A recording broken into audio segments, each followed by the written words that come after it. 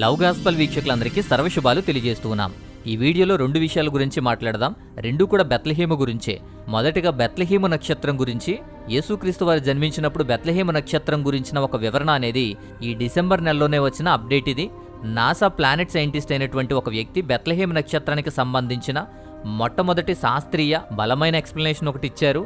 2025 December 3వ తారీఖున journal of the British astronomical association అని చెప్పి అందులో కూడా ఇది ప్రచురించబడింది, అందులో కూడా రిలీజ్ చేయబడింది. ఈ అద్భుతమైన పరిశోధన అనేది ఒక కొత్త దృగ్విషయాన్ని వాస్తవంగా కొన్ని ఆధారాలను అందించడానికి ఉపయోగపడుతుంది.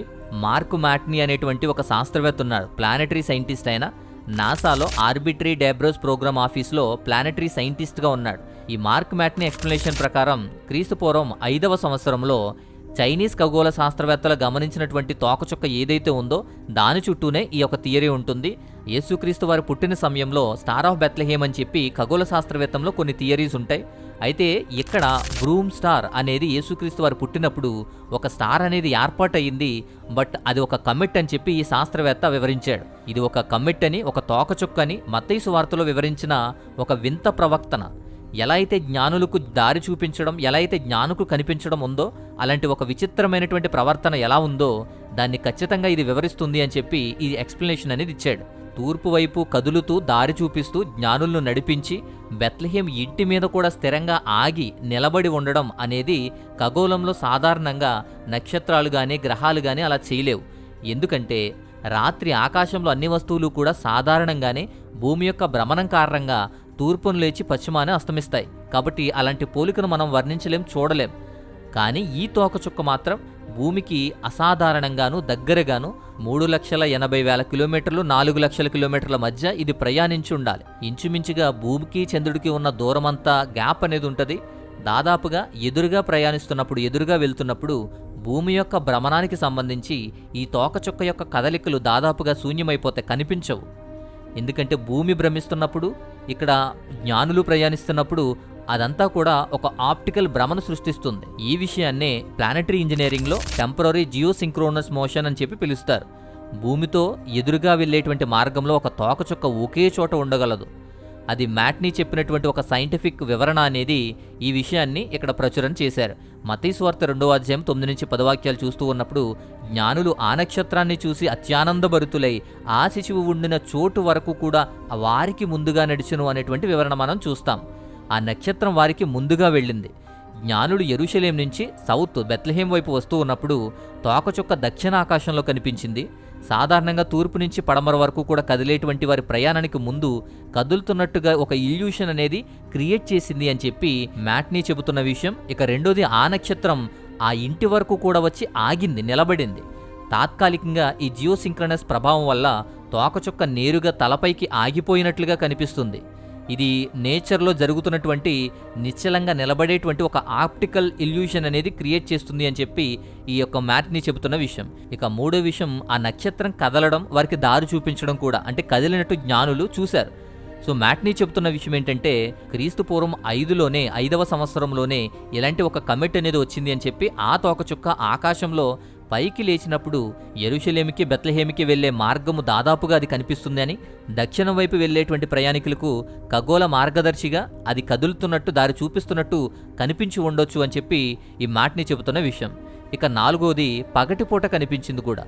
భూమికి ఇంత దగ్గరగా వెళ్లేటువంటి ఆ తోకచుక్క సాధారణంగా ప్రకాశవంతంగా బ్రైట్గా ఉంటుంది. చరిత్రలో ఉన్న తోకచుక్కల కంటే ఎక్కువ ప్రకాశవంతంగా బ్రైట్గా కనిపించింది అని చెప్పి పగటిపూట కూడా అలానే కనిపిస్తూ ఉందని జ్ఞానులు దాన్ని గమనించి ఉండొచ్చు అని చెప్పి చెబుతున్నారు. ఇలా నాసాకు చెందినటువంటి ఒక ప్లానెటరీ సైంటిస్ట్ మార్క్ మ్యాట్నీ అనే వ్యక్తి ఇలాంటి థియరీని తీసుకొచ్చి అది ఒక కమిట్ అని చెప్పి ఆ నక్షత్రం కదిలిన విధానాన్ని మత్తయి సువార్తకు కోట్ చేస్తూ ఈ విధంగా దాన్ని ఎక్స్ప్లెయిన్ చేసుకొచ్చారు. ఆయన చాలా క్లియర్గా చెప్పిన ఒక మాట ఏంటంటే ఆ కమిట్ అనేది ఆ తోకచుక్క అంత దగ్గరగా వచ్చింది అని చెప్పడానికి ఎలాంటి రుజువులు కూడా లేవు. అలా ఉండవచ్చు అని మాత్రమే నేను చెబుతున్నాను అని చెప్పాడు. ఖచ్చితమైన రుజువు కోసం తోకచుక్క యొక్క ఖచ్చితమైన కక్షను 1వ శతాబ్దంలోనే దానికి సంబంధించిన అబ్జర్వేషన్స్ కానీ, దానికి సంబంధించిన చారిత్రక రికార్డులు కానీ ఖచ్చితంగా అవసరం అవుతుంది దీన్ని ఇంకా ఎగ్జామిన్ చేయడానికి అంటాడు. సో ఇలా ఒక కమిట్ అనేది ఆ టైంలో వచ్చింది అని చెప్పి దాన్ని ఇలా మత్తయి సువార్తలో ఒక విచిత్రమైన నక్షత్రం యొక్క కదలికలు కానీ, ఆగడం కానీ ఇలాంటి వాటిని సరిపోలుస్తూ ఈ నాసా సైంటిస్ట్ ఇచ్చినటువంటి వివరణ అది. అంతేకాదు ఆ టైంలోనే, అంటే క్రీస్తు పూర్వం 7లోనే బృహస్పతి శని అంటే జూపిటర్ సాటర్న్ యొక్క కంజంక్షన్ కూడా జరిగింది. అలా జూపిటర్ సాటర్న్ యొక్క కంజంక్షన్ కూడా జరిగింది. ఇది కెప్లర్ థియరీ అంటారు. అలాగే క్రీస్తు పూర్వం 3వ సంవత్సరంలో ఆగస్టు 12వ తారీఖున ఈ జూపిటర్ వీనస్ కంజంక్షన్ కూడా జరిగింది. అంటే శుక్రగ్రహణము బృహస్పతి దాదాపుగా ఒకటిగా కనిపించిన విషయాన్ని కూడా ఎక్స్ప్లెయిన్ చేశారు క్రీస్తుపూర్వం 3లో. ఇక కామెట్ అనేది కమెట్ కానీ లేదా సూపర్ నోవా అని తోకచుక్క లేదా సూపర్ నోవా అనేటువంటి ప్రకాశవంతమైన ఒక నక్షత్రం యొక్క విస్ఫోటనంగా కొత్త నక్షత్రాన్ని గురించిన ఒక వివరణ కూడా ఒక థియరీ కూడా ఉంది. సో ఇలా ఖగోళంలో జరిగేటువంటి విషయంలో మ్యాచ్ అవ్వడానికి ఇలాంటి ఆధారాలు కూడా ఉన్నాయి. కానీ ఇలాంటివి నిజంగా జరిగి ఉండొచ్చు కూడా. కానీ ఈ నక్షత్రాలు ఏమీ ఖచ్చితమైన సాక్ష్యాలు కావు. ఈ నక్షత్రం ఏంటి, ఏమై ఉంటుంది అని చాలా డీటెయిల్గా ఇంతకు ముందే నేను వీడియో ఇచ్చాను. అన్ని థియరీస్ని అన్ని కోణాల్లోనూ కూడా దాంట్లో వివరణ అనేది ఇవ్వడం జరిగింది. దాన్ని ఖచ్చితంగా చూడండి. ఇలా శాస్త్రవేత్తలు బెత్లెహేములో ఇలాంటి అద్భుతాలు జరిగాయి అని, యేసుక్రీస్తు పుట్టిన సమయంలో ఖగోళంలో ఇలాంటి విషయాలు జరిగాయని చెప్పడంలో కూడా జ్ఞానులు వాటిని పరిశీలించి వెతికి రావడానికి ఉపయోగపడుండొచ్చు. దానికన్నా నక్షత్రం వెనుక దేవుని అద్భుతమైన ఒక ప్రణాళిక ఉందని దాన్ని మాత్రం అర్థం చేసుకోవాలి. అదే ఇంతకు ముందు వీడియోలో నేను చెప్పడం జరిగింది. ఇక రెండో విషయం, బెత్లెహేములో 2025 నుంచి మరలా క్రిస్మస్ వేడుకలు అనేవి పునరుద్ధరించబడ్డాయి. ఎందుకు ఇది ప్రాముఖ్యమైంది అంటే, యేసుక్రీస్తు పుట్టినటువంటి అదే బెత్లెహేములో దాదాపుగా ప్రతి సంవత్సరము కూడా చాలా అంగరంగ వైభవంగా అక్కడ సెలబ్రేషన్ అనేది జరుగుతూ ఉంటుంది. ప్రపంచ నలుమూల నుంచి అనేక మంది టూరిస్టులు వెళ్తూ ఉంటారు. అయితే ఈ 2025 క్రిస్మస్ వేడుకలు అనేవి ఎందుకు మరలా స్టార్ట్ చేశారు అంటే, 2025 డిసెంబర్ 6వ తారీఖున మాంగర్ స్క్వేర్లో దాదాపు 65 అడుగుల క్రిస్మస్ చెట్టును వెలిగించడం ద్వారా దీన్ని స్టార్ట్ చేశారు. డిసెంబర్ 2022 తర్వాత మరలా ఇప్పుడు 2025లోనే ఈ క్రిస్మస్ చెట్టు అనేది స్టార్ట్ అయింది. అంటే క్రిస్మస్ సీజన్ అనేది, ఆ పండుగ అనేది అక్కడ సెలబ్రేషన్ స్టార్ట్ అయింది. పాలస్తీన్ అధికారులు, చర్చ్ నాయకులు, అంతర్జాతీయ ప్రముఖులతో పాటు వేలాది మంది స్థానికంగా ఉన్నటువంటి నివాసితులు కూడా ఈ వేడుకకు హాజరయ్యారు. అయితే ఈ 2025 యొక్క థీమ్ ఏంటి అంటే, ఓ బెత్లెహేమ్ లేచి ప్రకాశించు అనేటువంటి ఒక theme. Arise and shine O Bethlehem అనేటువంటి ఒక థీమ్ తోటి అధికారికంగానే స్టార్ట్ చేశారు. గత 2 సంవత్సరాలుగా యుద్ధం ద్వారా పాలస్తీనులకు, ఇజ్రాయేల్ వారికి, అలాగే గాజాకు యుద్ధాలు జరుగుతూ ఉంటే దాని ప్రభావం వీరి యొక్క ఆత్మీయ పరిస్థితి మీద, ఇలాంటి సెలబ్రేషన్స్ మీద కూడా పడింది.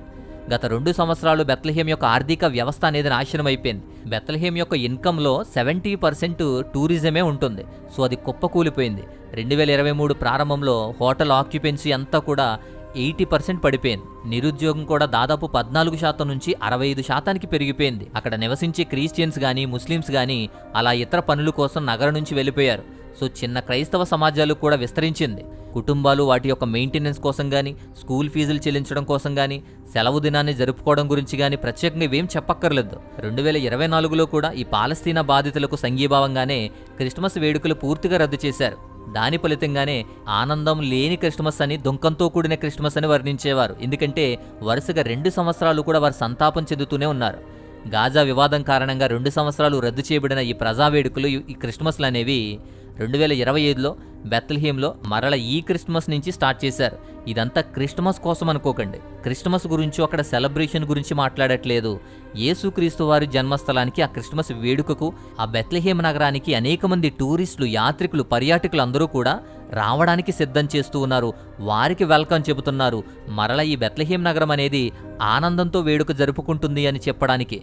బెత్లెహేమ్ యొక్క అత్యంత పవిత్రమైనటువంటి వేడుక క్రిస్మస్ ఈవ్ అని డిసెంబర్ 24 మిడ్నైట్ చేస్తారు. ఈ డిసెంబర్ 24 మిడ్నైట్ అంతా కూడా ఒక ప్రత్యేకమైనటువంటి ఆరాధన ఉంటుంది. దాని మీదే కేంద్రీకృతమై ఉంటుంది. చర్చ్ ఆఫ్ ది నేటివిటీలో కూడా దీన్ని నిర్వహిస్తారు. మిడ్నైట్ సర్వీస్ అంటారు. దీనికి వెళ్ళడానికి అనేక మంది చాలా ఇష్టపడతారు. అనేక మంది తరలి వెళ్తారు. ఆ ప్రాంతం అంతా కూడా నిండిపోతుంది. చర్చ్లో కూడా ప్రవేశించడానికి, వెళ్ళడానికి కూడా అవకాశం ఉండదు. అలాగే బయట మ్యాంగర్ స్క్వేర్లో కూడా ప్రత్యేకమైన ప్రసారం చేయబడుతుంది. అయినా అక్కడ కూడా చాలామంది ఎక్కువగా ఉంటారు. సో ఇలా ఈ పరిస్థితి యేసుక్రీస్తు వారి జన్మస్థలం గురించినటువంటి ఆ చర్చ్ యొక్క ప్రాముఖ్యత అనేది అలా ప్రతిబింబించేటువంటి పండుగ అది. ఇక్కడ క్యాథలిక్ వారు, ఆర్థోటిక్స్ వారు, అర్మేనియన్ క్రైస్తవులు కూడా ప్రత్యేకంగా వారు కూడా ప్రత్యేకమైన సెలబ్రేషన్స్ అనేవి, ఆ క్రిస్మస్ వేడుకలు అనేవి ఆచరిస్తూ ఉంటారు.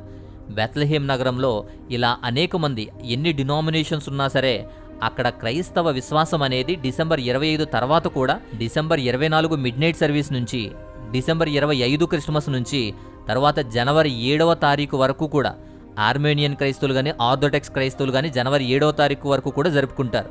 అలా జనవరి 20 వరకు కూడా ఆ చెట్టును వెలిగించే ఉంచుతారు. సెలబ్రేషన్స్ జరుగుతూనే ఉంటాయి. అక్కడ బెత్లెహేము నగరం అంతా కూడా కలకలలాడుతూ ఉంటుంది. వారికి ఆనందమే ఉంటుంది. ఇక్కడ పండుగ కాకపోయినా, సెలబ్రేషన్ కాకపోయినా ఆర్థిక పోషణ, వారికి సంబంధించిన విషయాలు కానీ, వారు కష్టకాలం నెట్టుకొచ్చి ఇప్పుడు సంతోషంతో ఆనందంగా జరుపుకుంటున్న క్రిస్మస్ విషయం అని చెప్పి ఈ విషయాన్ని ప్రాముఖ్యంగా మీకు అందిస్తూ ఉన్నాను. సో ఇది ఈ విషయం. ఈ 2 విషయాలు కూడా చాలా క్లియర్గా మీకు స్పష్టంగా అర్థమయ్యాయి అని నేను అనుకుంటున్నాను. ఈ విషయాలు నచ్చితే ఖచ్చితంగా లైక్ చేయండి, ఇతరులు కూడా మంచిగా షేర్ చేయండి.